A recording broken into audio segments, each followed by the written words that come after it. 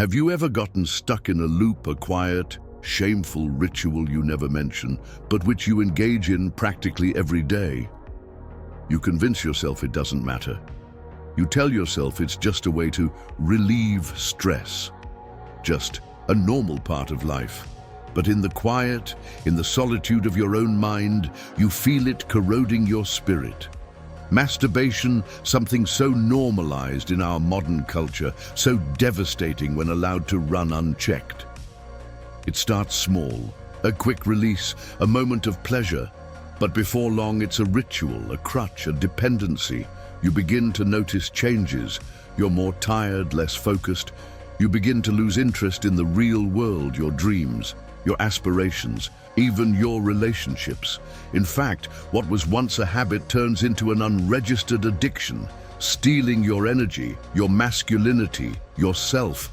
Your resolve slips away, and you no longer feel in charge. You're always fighting your urges, but you can't stop giving in to them. And with each relapse, that old feeling, guilt, emptiness, regret, it's a cycle. Pleasure, then pain. A sumptuous high and then a deep, dark low.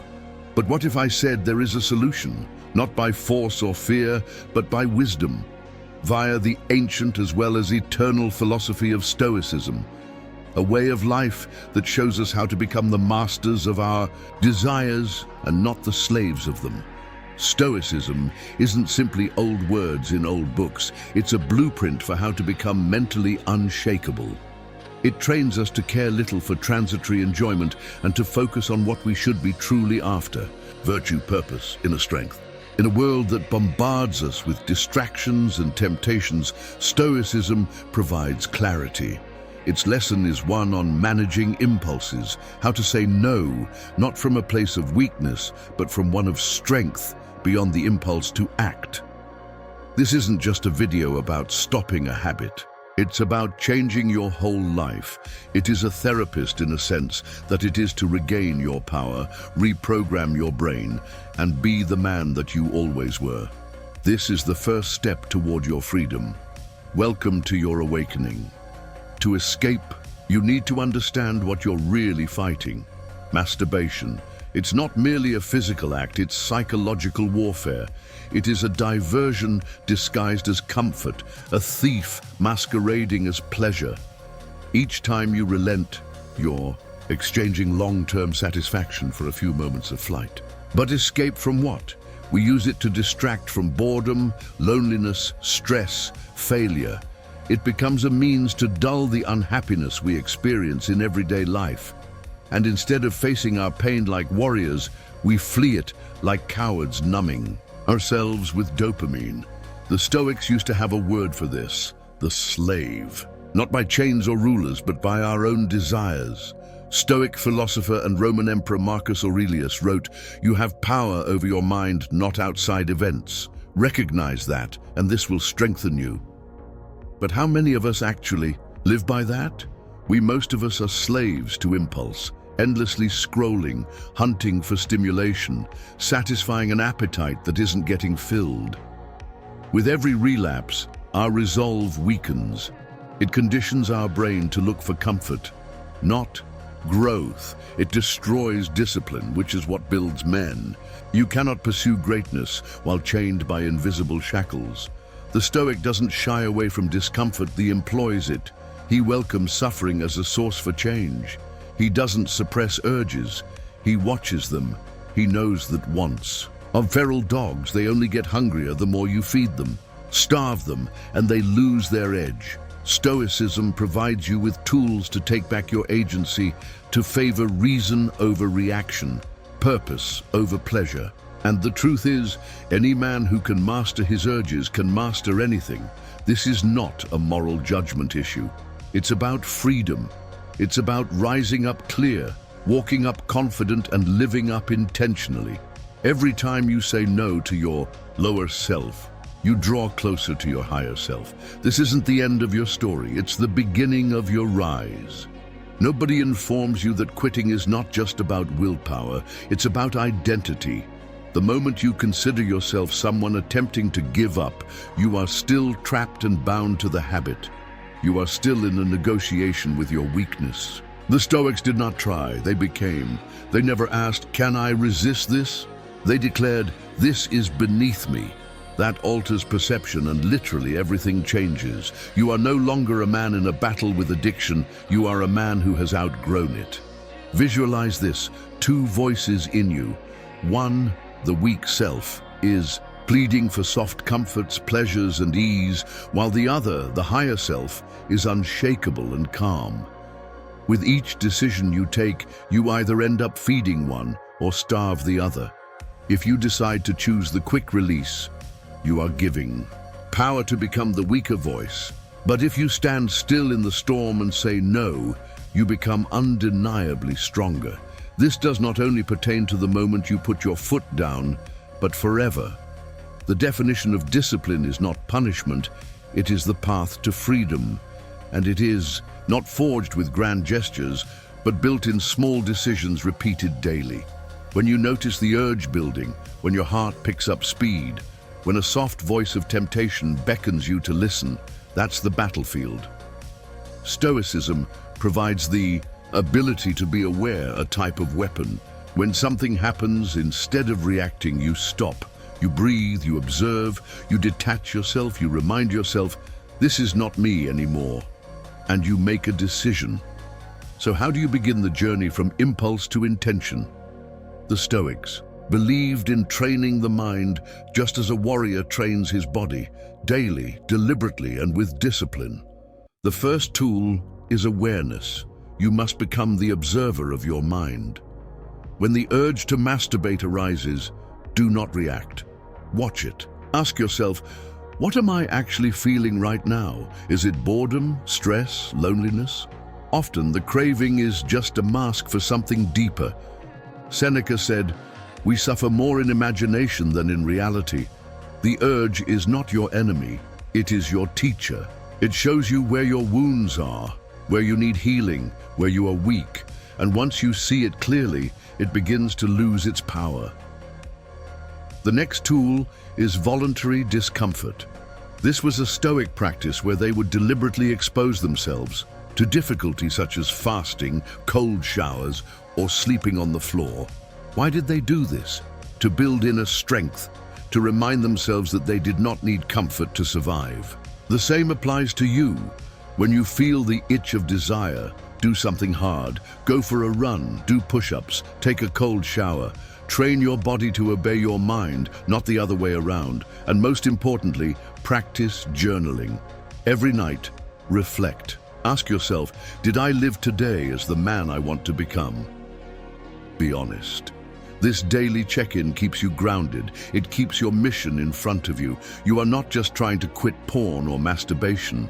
You are trying to reclaim your will. That is a sacred mission. Remember, no Stoic was perfect. Even Marcus Aurelius admitted to falling short. But what made him great was his refusal to stay down. If you fail, you do not start over. You continue stronger because you are not your past. You are your potential. Every urge you overcome is one step closer to freedom. Every time you say no to the lower self, your higher self is reborn. This is not a fight you win once. It is a path you walk every single day, and it is a path worth walking. Now that you've learned to observe your impulses and build discipline, it's time to turn your focus inward and ask yourself the most important question. What kind of man do I want to be? This question isn't just philosophical, it's a roadmap to your future.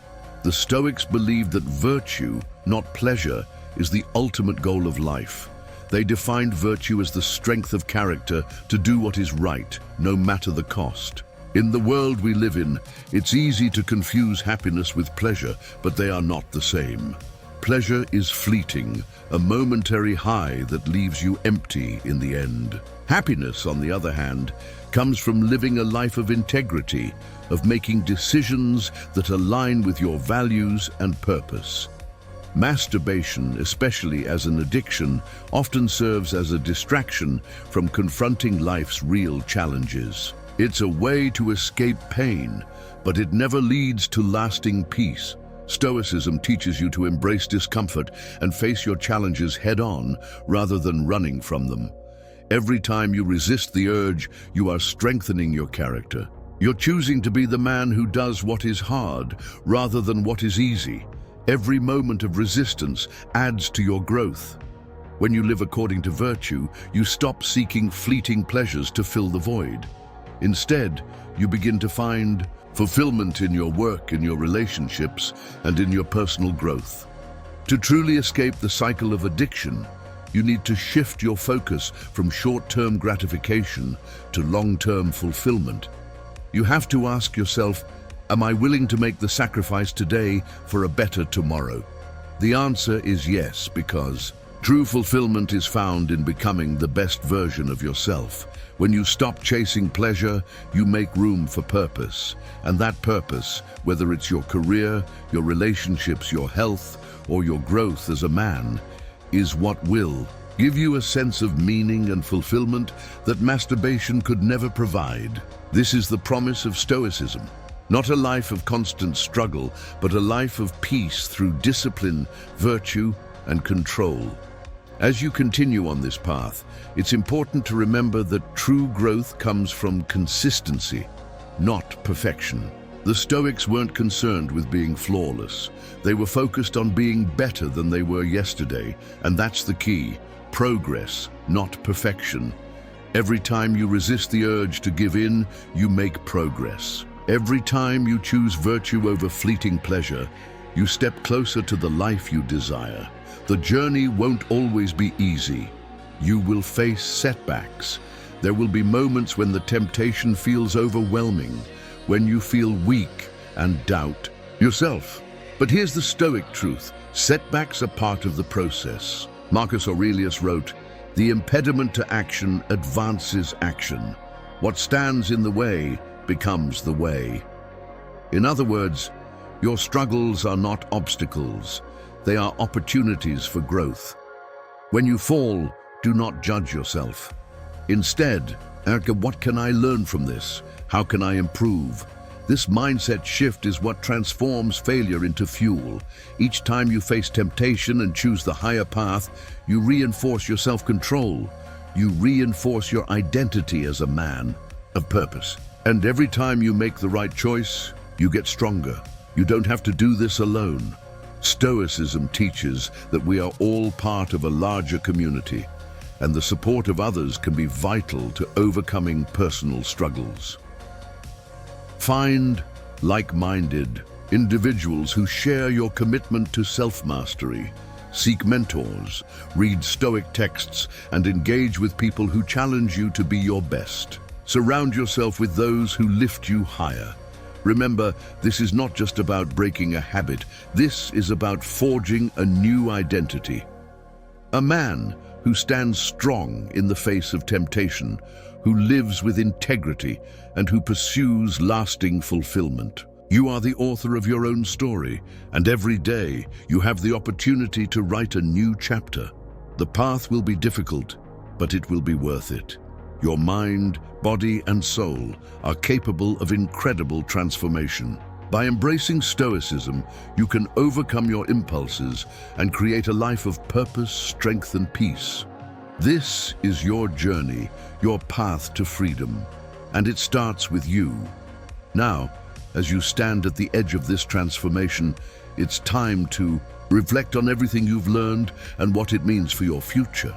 You've begun to understand that the battle is not against the urge itself, but against the attachment to it. The Stoics taught us that it's not the external events that define us, but how we respond to them. When you face temptation, you now know it's not about resisting the urge. It's about mastering your response. With the tools of awareness, discipline, and virtue, you are now armed to face life's challenges with a calm, clear mind. The path you're on is not just about breaking free from an addiction. It's about reclaiming your power. The power to choose. The power to decide who you want to become. By applying Stoicism, you are actively reshaping your life from one of dependency to one of strength. Every time you choose virtue, you are building a foundation of self-control, mental clarity, and lasting peace. Your journey is ongoing, but with each step, you grow stronger, more resilient, and more in tune with your true self. The road will have its bumps, but don't be discouraged by setbacks. Instead, let them fuel your growth. Remember, progress is not linear, it's a series of ups and downs, but the upward climb is what matters. And when you reach the top, you'll see a life filled with purpose, a life where you are in control, and a life that reflects your highest values. Take this message with you. True freedom comes from self-mastery. It comes from choosing virtue over vice, purpose over pleasure, and strength over weakness. Your power lies not in your ability to avoid the storm, but in your capacity to stand firm in its midst. Embrace the Stoic way, and you will find a life filled with peace, clarity, and true fulfillment. This is your time. Your journey begins now.